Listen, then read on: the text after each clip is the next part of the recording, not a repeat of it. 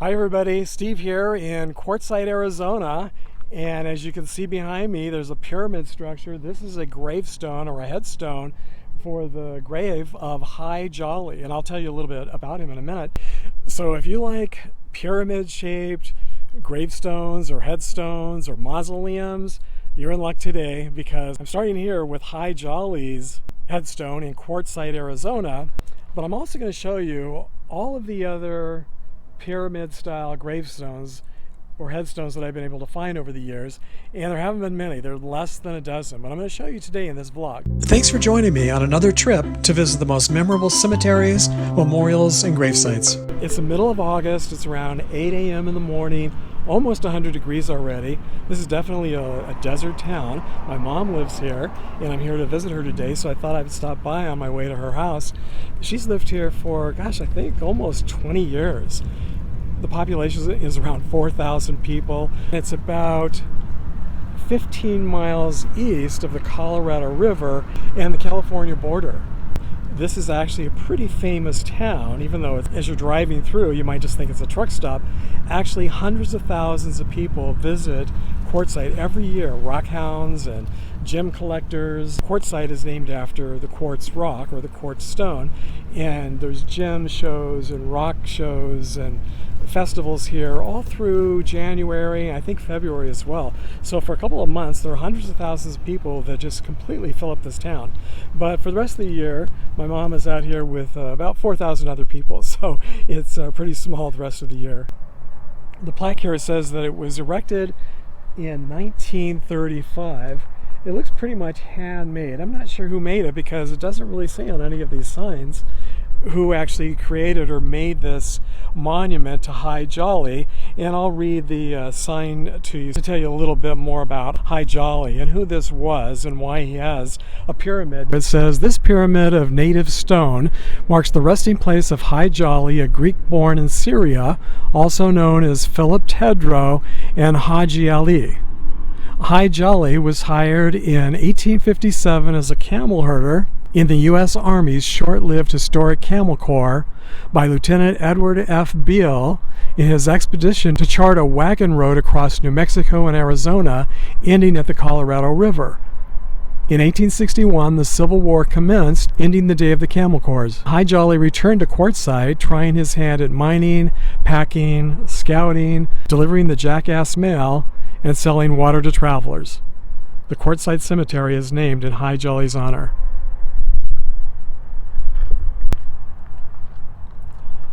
And here's another plaque. "The last camp of High Jolly. Born in Syria in 1823, died in Quartzsite December 16th, 1902. So it says the High Jolly Monument has been placed on the National Register of Historic Places by the United States Department of the Interior. I'm 5'10", and this has to be at least 7, maybe with the camel, maybe 8 or 9 feet, maybe a little bit even higher than that, maybe taller, I'm not sure.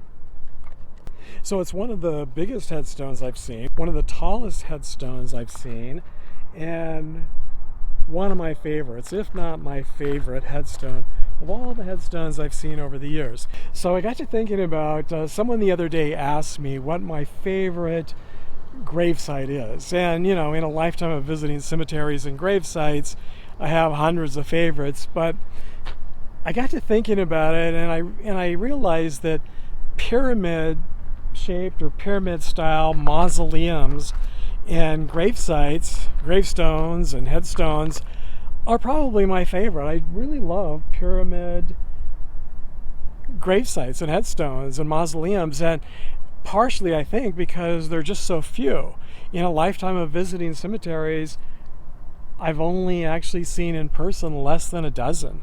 So I'm also curious if any of you have visited pyramid-shaped grave sites, headstones, or mausoleums anywhere in the world. If you have, and if you've taken a picture or a video from your visit that you'd like to share, please email me a copy. I'll put my email address down below where you can send your photos or videos, and if I receive enough, I'll do a part 2 video. And if any of you have actually been to the pyramids in Egypt, I mean, that would be really cool to see. That was somewhere I always wanted to go. It was always a bucket list, but you know, things have just gotten so dangerous there, or at least it seemed to be so dangerous there over the years, that I pretty much took that off my bucket list, and I only travel around the U.S. now. Next, I'm going to show you one of my favorite pyramid-shaped mausoleums. It's located in the Santa Barbara, California cemetery overlooking the ocean. Some of you may remember that I visited this pyramid mausoleum last year when I visited my Aunt Emily's gravesite, which is just a few yards away.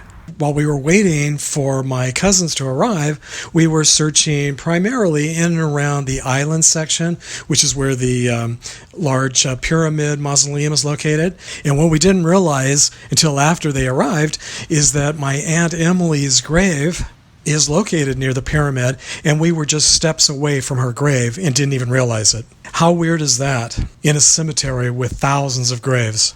And speaking of the pyramid mausoleum, I was curious who it belonged to, so I looked up online Sahlberg, which is the name on the outside of the pyramid, and discovered that it belongs to August Sahlberg and his wife. And August made his fortune in mining here in the U.S. and also in Mexico. So this is a real landmark and one of the most impressive structures here in the cemetery. Unfortunately, it's a little too dark to see the crypts inside. Sadly, August Sahlberg died at the young age of 43 on April 30th, 1903. Heading north to San Francisco, I found two more pyramid-shaped gravestones, or headstones, in Colma, which is a suburb just south of the city. And the first pyramid that I spotted is at Cypress Lawn Memorial Park on the east side of El Camino Real. The cemetery is very large, and there's another part of the cemetery across the street on the west side of El Camino Real. This is the beautiful and historic entrance gate that you see here on El Camino Real, but I'm going to enter here through the back gate, which is located on Hillside Boulevard, because the pyramid-shaped headstone that I want to show you is just inside the back gate to the right. At first I thought that this was probably just a very large pyramid-shaped headstone. Then I got to thinking about it, and because of the size, I'm guessing that it's probably an above-ground pyramid-shaped crypt. The name on this crypt or headstone is Hugh Whittell.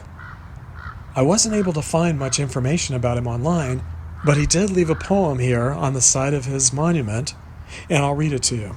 All you that chance this grave to see, if you read English, may learn from me. I traveled, read, and studied mankind to know, and what most interested them, here below. The present or the future state and love of power, envy, fear, love, or hate, occupied each wakeful hour. All would teach, but few would understand. The greater part, know little of either good or man. Love one another, a very good maxim all agree. Learn labor and wait, if you would succeed. The 5 divisions of the world I have been, the cities of Peking, Constantinople I have seen. On the first railway I rode before others were made. Saw the first telegraph operate, so useful to trade. On the first steamship the Atlantic crossed, suffered 6 shipwrecks where lives were lost. On the first steamer to California did sail, and to China by the first Pacific mail. After my endeavor, my affairs to fix, a short time I will occupy less than 2 by 6. Hugh Whittell was born in 1812 and died in 1887 at the age of 75. And because of his pyramid crypt, his memory is still alive. Right next door to Cypress Lawn Cemetery, just to the north, is the home of Peace Cemetery, where I found another pyramid-shaped gravestone. And it happens to be located in the same row and just a few gravesites away from the very large and impressive Levi Strauss Mausoleum. Strauss doesn't have a pyramid-shaped mausoleum, but since I'm right here, I thought you'd still like to see it. So you can see his name right behind me there, Levi Strauss. Who doesn't know that name? And who hasn't worn a pair of Levi's?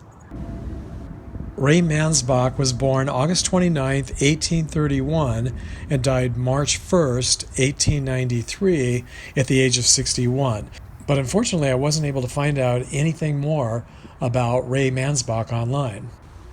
It's another very tall pyramid headstone and very memorable.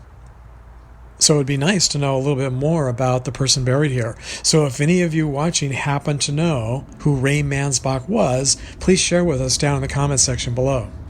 Now heading south back to Los Angeles, there are 3 more very impressive pyramid mausoleums that I want to show you. Now this one here is located at Angelus Rosedale Cemetery. You can't really see downtown. Well, you can see a little bit of downtown from here. Right behind the obelisk there, you might be able to see some of the high-rise buildings of downtown Los Angeles. And so not only does this cemetery have one really impressive pyramid, it has 2. It's the only cemetery I know of that has, at least in California, that has 2 pyramids. I don't know if you can see the other one right there. I'll walk over and get a little bit closer to it. I actually like that one a little bit better, I think, because it's older. It's a little bit smaller, but it's older and, well, they're both very impressive. So are any of you into pyramids? If you had a choice of mausoleums, would you choose a pyramid or one of the old historic style like this? I mean, those are really cool too. I love all mausoleums. But the pyramids, there's just something about a pyramid, I guess, because of Egypt and, you know, pyramid power, and I think it symbolizes and represents so many different things. This black private pyramid mausoleum is the final resting place of Louis and Emma Grigsby. Louis made his fortune here in California as a real estate investor, and in later life, the couple were philanthropists. Louis was born on June 22, 1862, in Winchester, Kentucky, and died February 4, 1932, in Los Angeles at the age of 64. Emma Grigsby was born September 5, 1868, in Philadelphia, and died October 9, 1930, in Los Angeles at the age of 62. So both of them died at a relatively young age. This black pyramid is very modern looking, and considering that the Grigsbys probably had this built back in the late 1920s or early 30s, that makes it all the more surprising and impressive. It looks like it easily could have just been built in the last couple of years. So this is the other pyramid. This is a little bit smaller and a little bit older, but I actually like the design of this one a little bit better. Made of real stone. It's very impressive. So the other pyramid, the more modern pyramid, sleeker and larger, is right over there. This is I would say a medium-sized cemetery. It's really cool, very historic. Lots of movies have been made here and full of history. I'll be back because there's so many interesting people laid to rest here. But today I just wanted to show you the pyramids. So if you've never been to the pyramids in Egypt, this might be the next best thing and a lot easier to find and get to than the pyramids in Egypt. If you know of pyramids that I haven't found, please let me know. I'd love to visit them. George Shatto was a Los Angeles real estate developer, and in 1887 purchased the island of Catalina just off the coast of Southern California. He was born August 15, 1850 in Catham, Ohio, and died tragically on June 1, 1893 at the young age of 42 near Ravenna, California in a train wreck. His wife, Clara, or Clarissa Whitney Shatto, was born April 12, 1853 in Ogdensburg, New York, and died March 10, 1942 in Los Angeles at the age of 88. For the next 5 decades following her husband's death, she continued to run their business and became one of the most prominent philanthropists in Los Angeles. Of all of the pyramid mausoleums that I'm showing you today, the most visited and most popular is probably the next one. It's located not far from here, maybe 10-15 minutes away depending on traffic, at Hollywood Forever Cemetery. It's right here in one of the best locations in the park, next to the final resting place of Douglas Fairbanks Sr. and Jr., and right across the street from the lake and Johnny Ramone's memorial statue. This is one of the newest pyramid mausoleums that I've seen, and as far as I can tell by walking around and looking inside, it doesn't appear to be occupied as of yet, or maybe it is, and the current residents have just chosen to have unmarked crypts. I haven't been able to find any information about this particular pyramid mausoleum anywhere online, so if any of you happen to know who this pyramid belongs to, or if it belongs to anyone yet, please let us know in the comments section down below. I don't know if it's true or not, but I've heard that actor Nicolas Cage has purchased a pyramid mausoleum in New Orleans as his future final resting place. Maybe another celebrity has purchased this pyramid as their final resting place. One of the last places I ever expected to find a pyramid headstone was just a few rows away from James Dean's gravesite in Fairmount, Indiana. But that's where I found the gravesite of Stephen David Ellis, who sadly died at the young age of 18.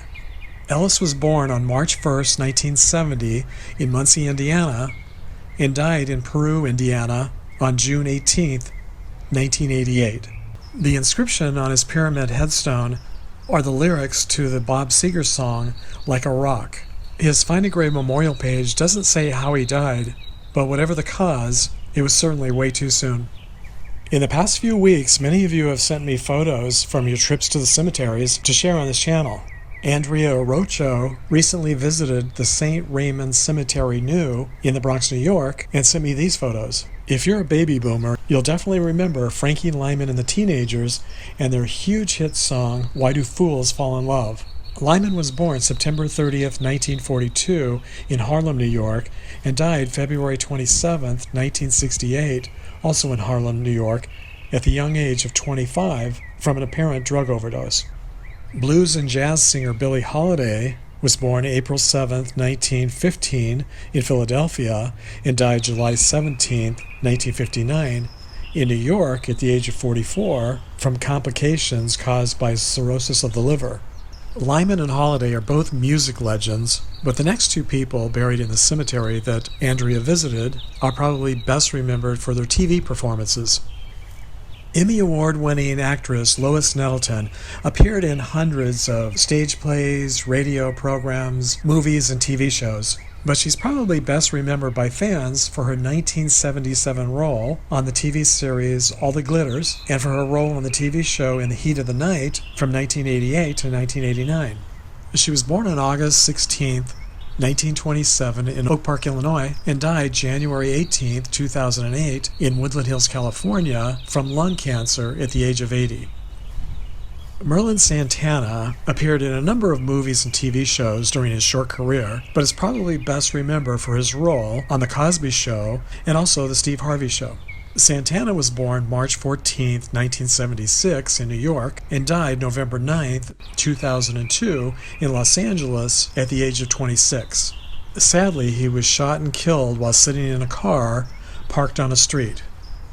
Christina Gilpin recently visited the gravesites of Officer J.D. Tippit and American outlaws and folk figures John Dillinger and Bonnie and Clyde. While she was visiting Clyde Barrow's gravesite, she met the man that she's pictured with here, who said he was Clyde's cousin, Buddy Barrow. Buddy told Christina that he's in the process of trying to get Bonnie Parker's gravesite moved next to Clyde's gravesite, since they were originally laid to rest in separate cemeteries. Clyde Barrow was born on March 24, 1909 in Tellico, Texas, and died May 23, 1934 in Gibbsland, Louisiana. He and Bonnie died on May 23, 1934, when they were ambushed and killed by law enforcement officers. Clyde was 25 years old at the time, and Bonnie was 23. Bonnie was born October 1, 1910, and is laid to rest at Crown Hill Memorial Park in Dallas, Texas. Clyde is laid to rest at Western Heights Cemetery in Dallas, Texas. While in Texas, Christina also visited the gravesite of police officer J.D. Tippit, who was allegedly killed by Lee Harvey Oswald on the day that John F. Kennedy was assassinated. Tippit was born September 18, 1924 in Clarksville, Texas, and died November 22, 1963 in Dallas, Texas at the age of 39. He's laid to rest at Laurel Land Memorial Park in Dallas, Texas. Like Bonnie and Clyde, John Dillinger was also an outlaw and an American folk figure. Christina visited his gravesite at Crown Hill Cemetery in Indianapolis, Indiana. He was born June 22, 1903 in Indianapolis and died June 22, 1934 in Chicago, Illinois at the age of 31. And much like Bonnie and Clyde, Dillinger was ambushed and shot and killed by police and federal agents. David Cook sent me these photos from Edinburgh, Scotland. He took these at Greyfriars Kirk, or church, which is famous for the story of a Skye Terrier called Bobby, who spent 14 years mourning his master, John Gray. When the dog died, he was buried at the front of the churchyard, a few hundred yards from where his master is buried.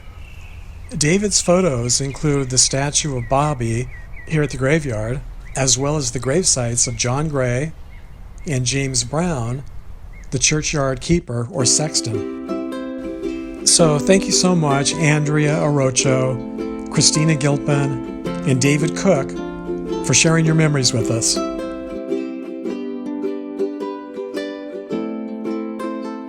And if you like this video, you might want to click on one of the other videos shown here. So if you enjoyed today's video and would like to see more videos like this, don't forget to subscribe and click the bell button so you'll be notified every time I upload a video. So until next time, thanks for sharing the memories, everyone.